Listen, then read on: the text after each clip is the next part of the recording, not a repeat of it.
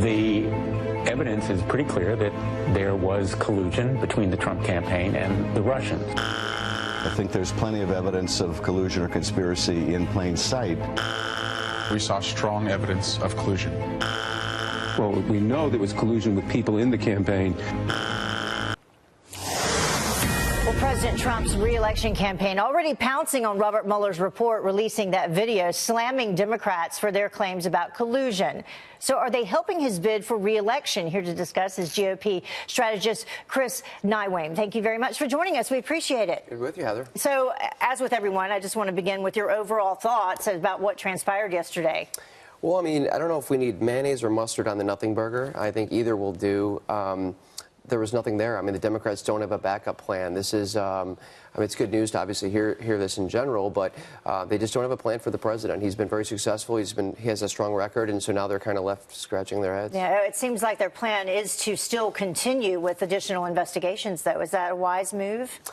They're desperate. I mean, they have to do that. They want to dog him down. I mean, that's what they're going to try to do to the House. But I think that the president's going to stick to the agenda, be consistent. And I mean, the Democrats really have to try to figure out something new here. Yeah, we have this one portion that we wanted to pull out from the Attorney General's letter summarizing the Mueller investigation yesterday. He said the special counsel did not find that the Trump campaign or anyone associated with it conspired or coordinated with the Russian government in these efforts. And it goes on to say, despite multiple offers from Russian-affiliated individuals to assist the Trump campaign. Well, I think foreign powers are always trying to interfere. We've seen that with China. It's what they do. They continue to be consistent about that. But there hasn't been, I mean, there was no collusion between Democrats and middle-class voters. And that's really what happened. It's an electoral problem, and they're going to continue to struggle with that. And that's exactly what's happening right now. So do you think that this will obviously benefit the president moving forward? I do. I mean, his narrative has been consistent, and to be fair, the president was opposed by everyone, the media establishment, the Democrats, Republicans, and he was able to be successful. I think it's his connection with voters and his ability to communicate directly to them without the media establishment. And in terms of whether Democrats accept these conclusions, and if the report, is made public, would it be wise for them to do so?